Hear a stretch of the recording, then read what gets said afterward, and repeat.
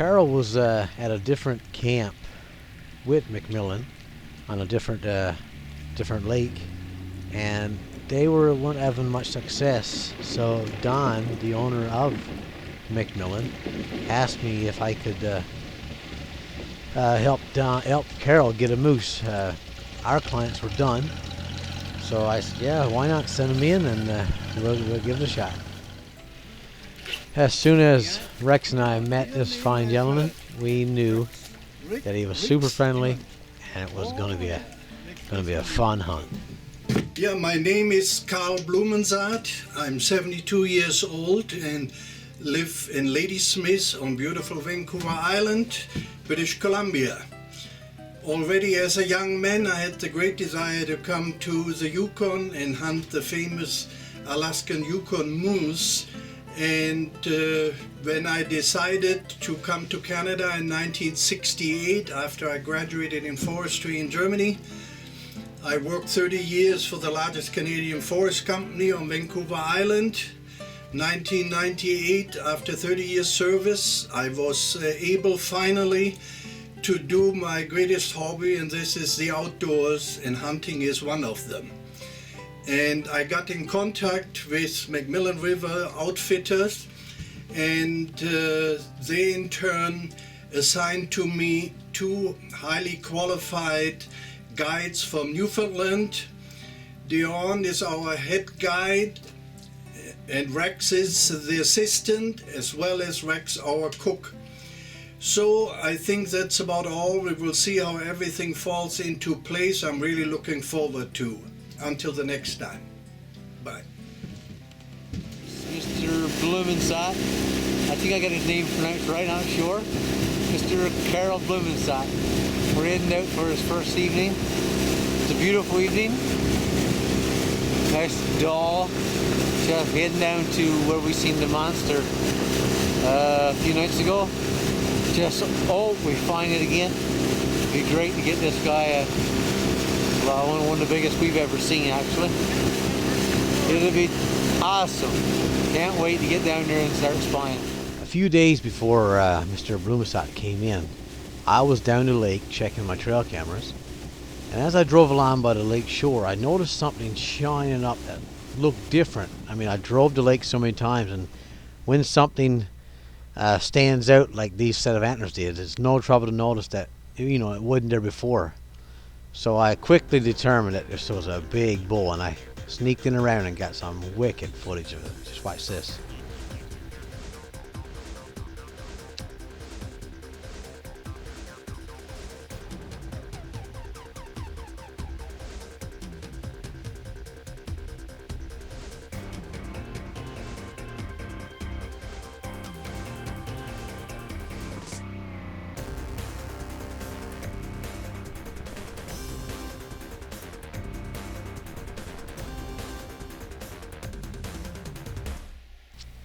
This bull now was about maybe 85, 90 yards away, and he was making a rut hole, and a love hole we call it. But I just I stood back and watched him. I didn't call. I just watched him do his thing, and it was just absolutely beautiful to watch. And the size of these antlers, the videos just don't do it justice. I'm telling you, it was absolutely huge bull. When he finally was finished making his rut hole, I decided to do a little bit of calling, and here he come walking right over to me, and here I was with no hunter. But I didn't care really. It was just as much fun almost to get it all on video. I don't know if it was just the camera angle or what, but the spread on this thing was just as wide as the moose was long. It was just crazy that the spread and points everywhere. It was just a total Yukon trophy.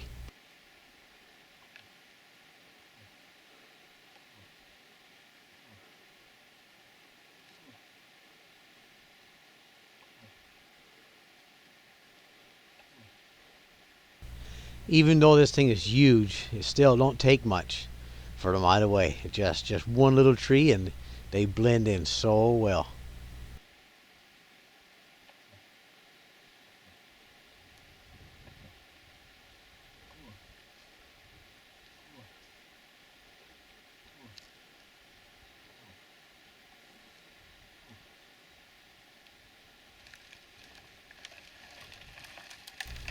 I wish I could just explain to you the excitement and the feeling I get just getting this close to such a huge animal. I don't know, some people might think I'm crazy, but I don't know, it's just undescribable. It's just beautiful.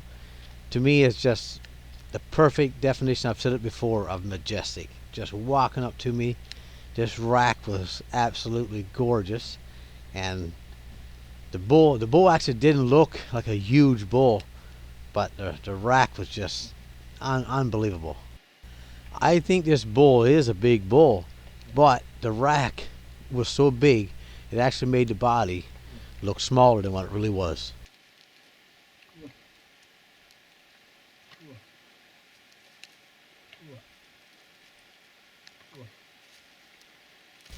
The biggest bull that we've ever got in the Yukon was 66 inches wide, and this thing was well over 65 inches wide. Just crazy. I know that this was a few days before Mr. Bloomsot got in here, and this bull was by himself, and if he was traveling, which I was suspecting that he was doing, he was just traveling along by me. The good Lord only knows how far away he was at the present time. So if we could just find him again and get Mr. Bloomsot in shot of this, I know it would be a dream come true for him, and so would it be for me. It would be the biggest moose I've ever guided any client to. It was just absolutely crazy. I know I've said it before, but I guess maybe you just have to be there to see it. It was a huge animal. But sadly, the truth of the matter was, we never ever seen that bull again. And just sometimes you win, sometimes you lose, sometimes the big ones do get away. But we just kept looking. Well, all we seen was this cow, and we went back to camp and prepared for another day. Another fine meal prepared by Mr. England with Mr. Carol Blumensat. Blumensaat. It's quite a mouthful. I have struggled to pronounce it, but he's a fine gentleman. Cheers to the cook and to the head guide. Yes, sir. Pork chops, potato, Mashed potato. sidekicks or something. Sidekicks. And rice with plenty of egg in it, just like I likes it. Mr. Blumensaat was, I think he said 72 years old, and I'm sure in his lifetime he's seen some beautiful country. But just something about this lake and the big mountains around it.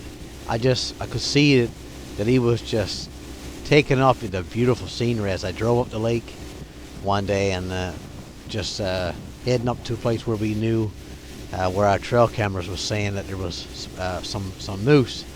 But he was just overwhelmed by the looks of it at the beautiful country that was around us. As we were driving up the lake, we had a little shower, and we went in the shore and waited till it passed, and we had a beautiful rainbow formed. And right where that rainbow ends is where we was going to go. And we just opened it. There was a pot of gold at the end of the rainbow, and just look what happens. We walked in through the woods on a little trail I had cut on a little open area where we've been seeing quite a few cows over the last while we've been in the Yukon. And sure enough, here was a bull coming straight toward us after I made a few calls.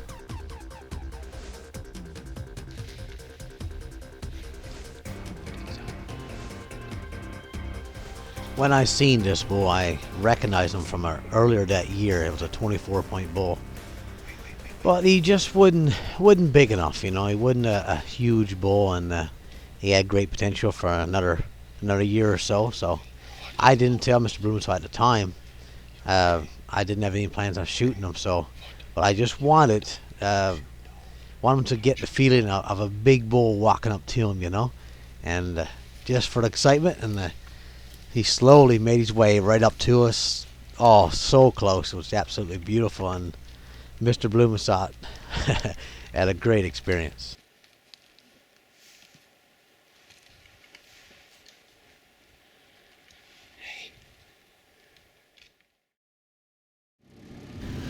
Well, it got down to the second last day of his hunt, and Mr. Blumenstock told me that if he didn't get a moose, his trip was a success, and if we got a moose, great, and if we didn't, well, it didn't matter. But you know, just his good attitude and his positive attitude, we kept searching and kept searching, and like I said, the second last evening, we were up on a little hill not far from the lake, and I was doing a bit of calling, and all of a sudden we heard one, and he was walking, sounded like walking in the lake.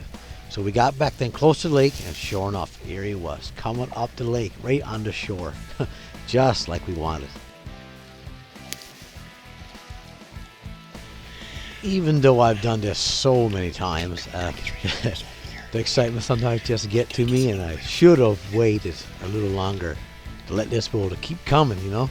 I was scared he's going to see the boat and to our left there and run away, but I don't think he would have. I was just so wanting Mr. Blumenstock to get a moose. I don't know. I think I should have waited for a little longer, but anyway. Let's see what happens there. Oh, wait. Get ready. Get ready. Give it to me again. Shoot him again.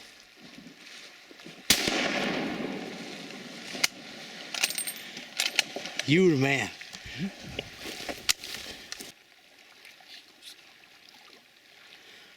If he turns broadside, take him.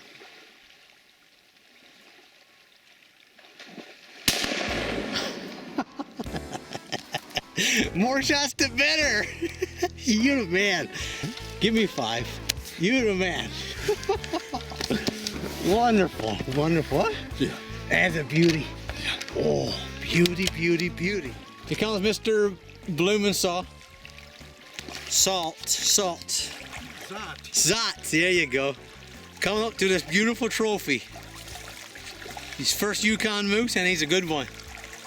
I want you to lift up his antlers so we can see him totally. You might get wet, but big deal.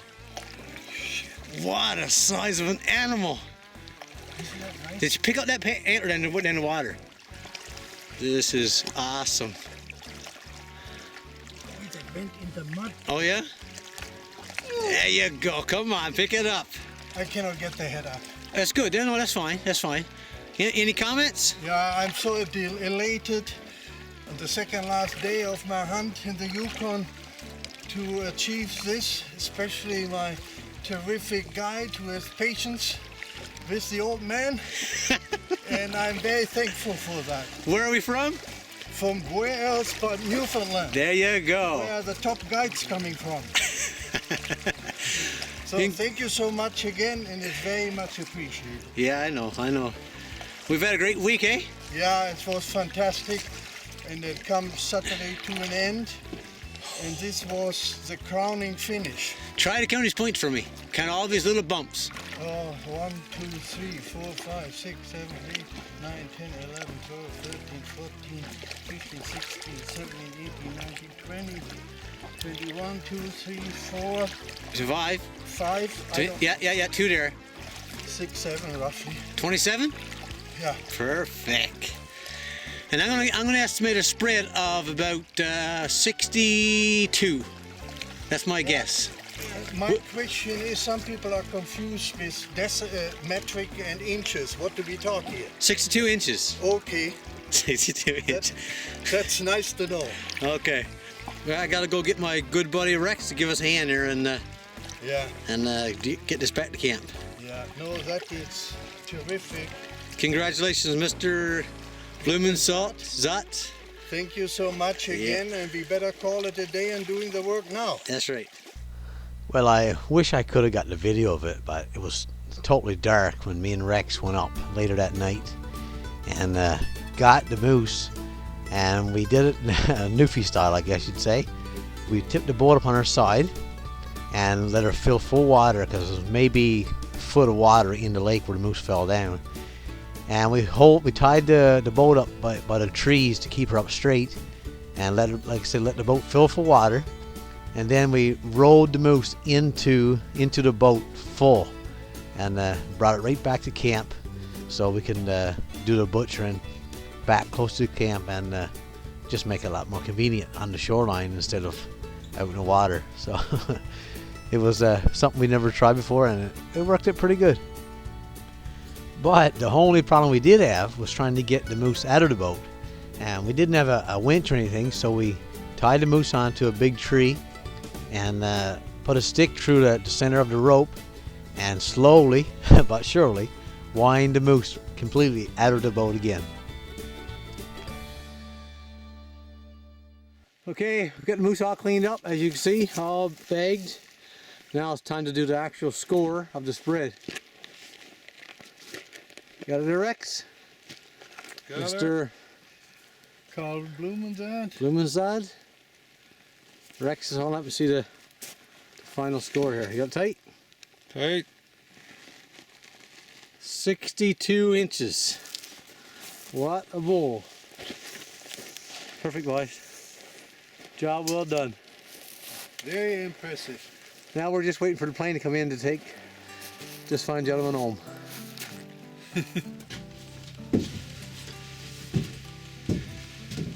So after 3 lovely days outside here in the forest and burns, we were highly successful to get a beautiful 62-inch moose.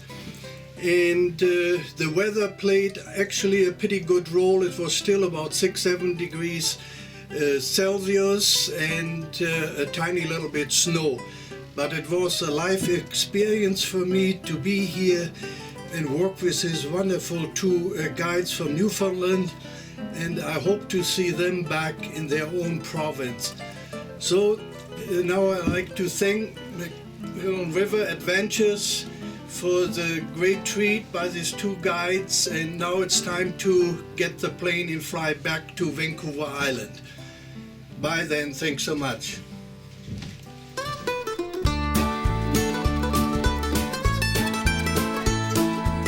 Mr. Blumenzad, 72 years old, and shooting free in, I think, at a poor angle, and really it was all because of my mistake of not letting the moose come closer. So I think he covered my mistakes pretty good. Congratulations, sir.